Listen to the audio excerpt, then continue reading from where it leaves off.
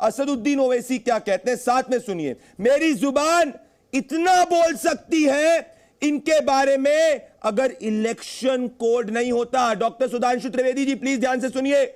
मेरी जुबान इतना बोल सकती है इनके बारे में अगर इलेक्शन कोड नहीं होता। अब पास्ट में क्या बोला गया एएमआईएम द्वारा घनश्याम तिवारी जी, 15 करोड़ 100 करोड़ पर भारी, पुलिस हटा दो, बता देंगे 15 करोड़ 100 करोड़ के ऊपर क्या कर सकते हैं। तो घनश्याम जी, इसके पहले आपके पार्टी के नेता ने वोट जिहाद की बात करी, जिसको अखिलेश यादव जी ने उस पर एक्सप्लेनेशन दे दी कि उनके बयान को तोड़ मड़ोड़ के पेश किया गया। तो आज आप लोग ही मुद्दों की बात नहीं कर रहे हैं, क्यों कम्युनल पॉलिटिक्स करने की कोशिश कर रहे हैं घनश्याम जी?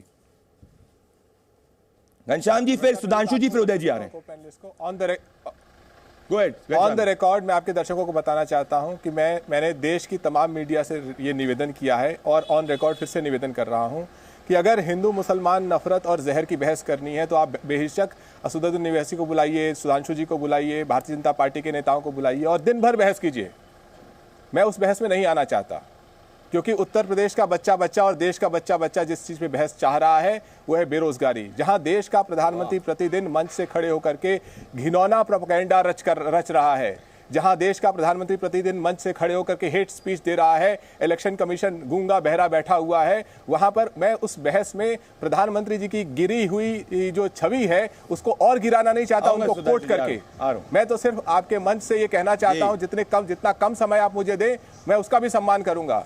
इस देश में मीडिया 10 साल से हिंदू मुसलमान नफरत का जहर घोल रहा है और ये सिर्फ इसलिए क्योंकि भारतीय जनता पार्टी इस जहर पे पोषित करती है पूरे समाज को, जिससे समाज इनसे ये सवाल ना पूछे कि प्रज्वल रेवन्ना को जब खड़े होकर के प्रधानमंत्री जी ने कहा इस राक्षस को वोट दो, इससे मैं मजबूत होता हूं, क्या आपका सर शर्म से नहीं झुका? क्या वो आपको हिंदू राष्ट्र बनाने की बुनियाद थी? क्या ब्रजभूषण शरण सिंह के बेटे को टिकट देकर आप हिंदू राष्ट्र बनाने की बुनियाद सेट कर रहे हैं?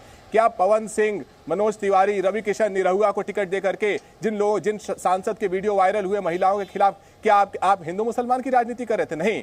जब आपने 13,000 करोड़ का चंदा लिया, जब आप इलेक्टोरल बॉन्ड में चंदा लो धंधा लो का गेम खेल रहे थे, जब आपने वैक्सीन पे चंदा लिया, तो आप हिंदू राष्ट्र की राजनीति नहीं कर रहे थे, आप हिंदू मुस्लिम की राजनीति भी नहीं कर रहे थे, आप भ्रष्टाचार की घिनौनी राजनीति कर रहे थे। और वो इसलिए कर पा रहे थे क्योंकि आपको लगता है कि एक तरफ भारतीय जनता पार्टी को अमीर बनाते रहो, इस तरीके की चंदा लो धंधा लो की घिनौनी राजनीति करते रहो, दूसरी तरफ हमारा प्रधानमंत्री जब वोट मांगने जाएगा हमारे लिए तो प्रधानमंत्री खड़े होकर हिंदू राष्ट्र की बात करेगा, प्रधानमंत्री खड़े होकर के हिंदू मुस्लिम विवाद की बात करेगा, प्रधानमंत्री खड़े होकर के प्रोपेगेंडा करेगा और उससे देश बेरोजगारी पे सवाल नहीं पूछेगा। इसी बहस में सुधांशु जी जितनी धारा प्रवाह बोल रहे हैं, नहीं बता सकते कि 10 साल में कितनी बार पार्लियामेंट में बैठक हुई, नहीं बता सकते कि 10 साल में इन बैठकों में प्रधानमंत्री जी कितनी बार बोले, नहीं बता सकते कि 10 साल में सरकार बेरोजगारी के आंकड़े क्यों नहीं दे पाई, नहीं बता सकते कि 10 साल में जब कोरोना हुआ तो इनकी सरकार जहां पर वैक्सीन वाली कंपनी से पैसा ले सकती है, भारतीय जनता पार्टी चंदा ले सकती है, ये नहीं बता सकती कि ऑक्सीजन की कमी से कितनी मौतें हुई। जहां पर एक पार्टी चंदा लो धंधा लो के माध्यम से मजबूत होती है, लोगों में नफरतों का जहर घोल करके मजबूत होती है, मीडिया में वो जहर बांट करके मजबूत होती है, वो इसलिए मजबूत होती है कि वो चाहती है कि जनता उनसे ठोस सवाल ना पूछे। लेकिन मैं उन्हीं बहसों में अपनी बात रखता हूं जहां पे ये ठोस सवाल पूछे जा सके। जी घनश्याम जी, आपने पूरी बात करी कम्युनल पॉलिटिक्स के ऊपर। सुधांशु त्रिवेदी जी आएंगे। मेरे दिमाग में वो वोट जिहाद वाली जो बात है, मैंने देखा कि क्या वो एनडीए का लीडर ने कहा था, पर मुझे पता चला कि वो एनडीए के लीडर नहीं, इंडिया अलायंस की लीडर थी। तब जाके मुझे बड़ा खराब लगा घनश्याम जी की ये बात, काश वो भी सुन लेती। अगर उनकी बात को एक सेकंड अगर प्रधानमंत्री किसी भी ऐसी फ्रिंज बात को उठा करके राष्ट्रीय मंच पे कहते हैं तो इसलिए नहीं कि वो बात रिच मटो की, इसलिए कि वो बात क्या थी, इसीलिए कि प्रधानमंत्री जो है इस देश में नफरत की खेती करना चाहते हैं। अगर अखिलेश यादव जी का बयान दिखाइए, अखिलेश यादव जी ने जिस तरीके से सदी हुई आवाज में उस बयान पे टिप्पणी की थी, अगर इस देश में प्रधानमंत्री वाकई संविधान पे भरोसा रखते हैं, संविधान की प्रस्तावना उनको वाकई समझ तो कभी भी इस तरह के फ्रिंज को अपने इलेक्शन का एजेंडा नहीं बनाते। पॉइंट। डॉक्टर सुधांशु त्रिवेदी आ रहे हैं, उदय मावरकर जी के पास आ रहा हूं इसके बाद में, और दानिश जी। मुझे लगता है जैसे मैंने शांति से घनश्याम जी को सुना है, घनश्याम जी वैसे ही शांति से मुझे सुनेंगे। और कष्ट होता है कि एक पढ़ा लिखा व्यक्ति की सीमा तक, मतलब मैं कहूंगा बहुत दुखद सीमा तक जाके झूठ बोलने का प्रयास करता है। ये वोट जिहाद किसने बोला? हमारे ने बोला कि आपके नेता ने बोला? अब ये बताइए, तालिबान मेरे दिल में है, शफीकुर रहमान बर्क आपके सांसद ने बोला कि हमारे यहां पे बोला। यूनिफॉर्म सिविल कोड आ जाएगा तो तुम 4 शादियां नहीं कर पाओगे, ये एसटी हसन आपके सांसद ने बोला कि हमारे यहां ने बोला। ये जिन्ना जो थे उन्होंने स्वतंत्रता की लड़ाई लड़ी, अखिलेश यादव ने बोला कि हमने बोला। इन दोनों करने और अगर आप कह रहे हैं आपकी बात में रत्ती भर भी दम है तो अखिलेश यादव को कहना चाहिए था, जब उनसे पूछा गया कि आपकी कैंडिडेट ने वोट जिहाद कहा तो उन्हें कहना चाहिए था नहीं, वोट जिहाद की बात नहीं करनी चाहिए, हमारे कैंडिडेट को आपके हिसाब से बेरोजगारी महंगाई की बात करनी चाहिए। तो वो जिहाद शब्द को डिफेंड करने में लग गए।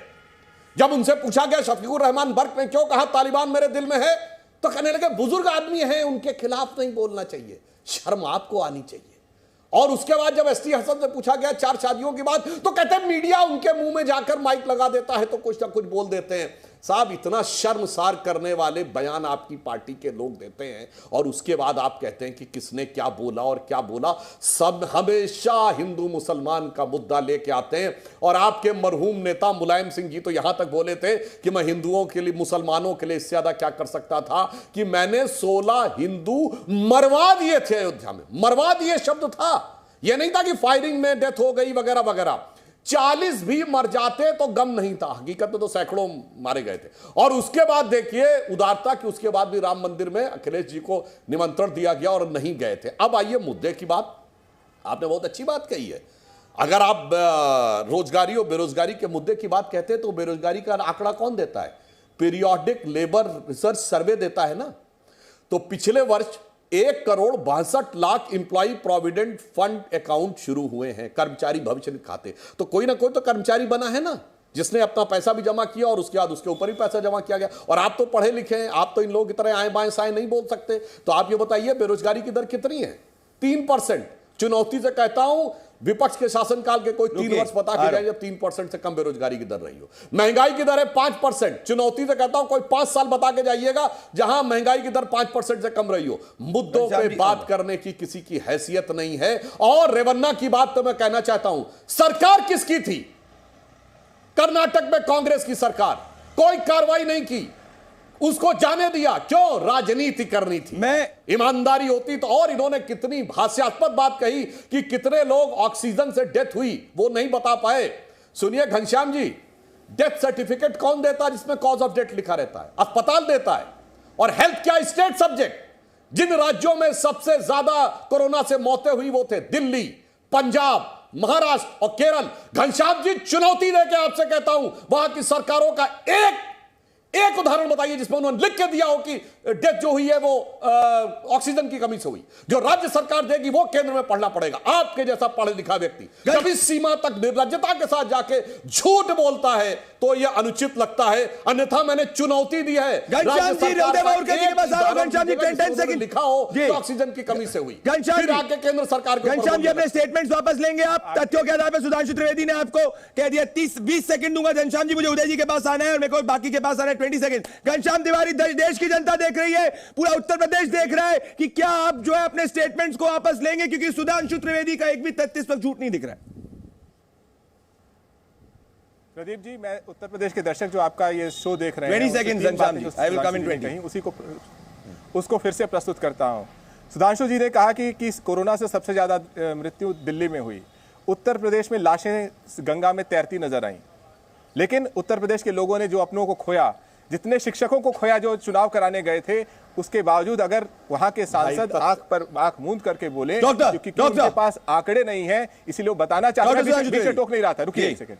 दूसरी बात किसी को टोक नहीं रहा था। दूसरी बात, सुधांशु त्रिवेदी जी ने कहा देश में 3% बेरोजगारी है।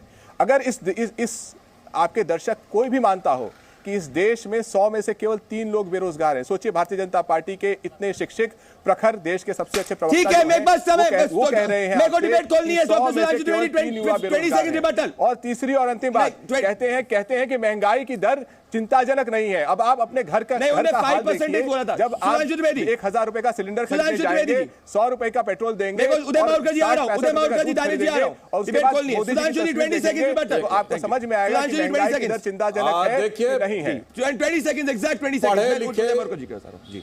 पढ़े लिखे हार्वर्ड एजुकेटेड प्रवक्ता को इस जंग की एब्सर्ड बात नहीं करनी चाहिए जो नहीं बता पाए। मैंने कहा कि 4 राज्यों में सबसे ज्यादा कोरोना से मौत हुई। और अब मैं घनश्याम जी आपको पुनः चुनौती दे रहा हूं, आपके लिए नहीं, व्यक्तिगत मत लीजिएगा, आपकी पार्टी को।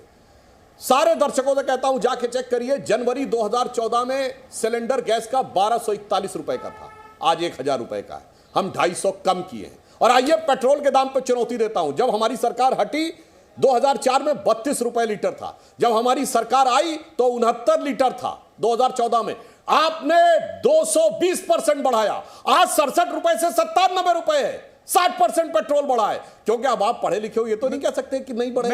अरे आपने जितनी बढ़ाई उससे 1/3 महंगाई बढ़ी है। और ये मैंने फैक्ट बोला है, जिन्होंने पेट्रोल बढ़ाया होगा उन्हें भी याद होगा, नहीं तो आज भी जाके कोई चेक कर ले। इसलिए मैं कह रहा हूं झूठ के कारोबार में कम से कम इतने प्रबुद्ध लोगों को शिरकत नहीं करनी चाहिए। आपने जो झूठ बोला था, बेहतर होता कि आप कहते के पास आऊंगा और मैं कहूंगा, जब भी मैंने डिबेट में देखा घनश्याम जी, जिस मुद्दे के ऊपर मैं बात करता हूं, हमेशा कॉन्शियसली उस मुद्दे से दूसरे मुद्दे के ऊपर ले जाने का प्रयास करते हैं। ये हर डिबेट में कॉन्स्टेंसी घनश्याम जी मेरे को रुकना पड़ेगा। मगर मैं उसी मुद्दे पे जाकर आना चाहूंगा उदय मावड़कर जी के पास। मैं उस भाव में मैं भी जमीन का उतना ही व्यक्ति हूं जितना आप सब जमीनी लोग हैं। में डिस्काउंट दिया है तो वो उदय जी। जी